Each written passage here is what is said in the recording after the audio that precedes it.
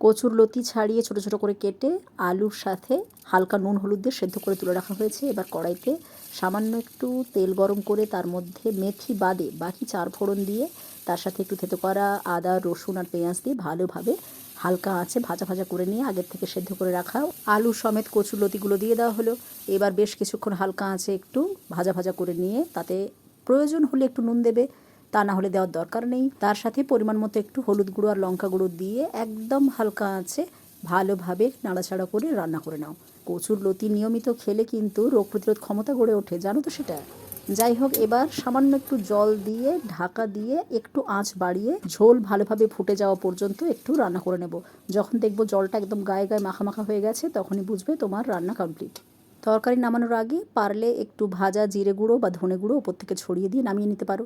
ভাত রুটি যার সাথে পারো খাও। লতি খেলে হাড় শক্ত হবে, চুল গজাবে, হজম ভালো হবে।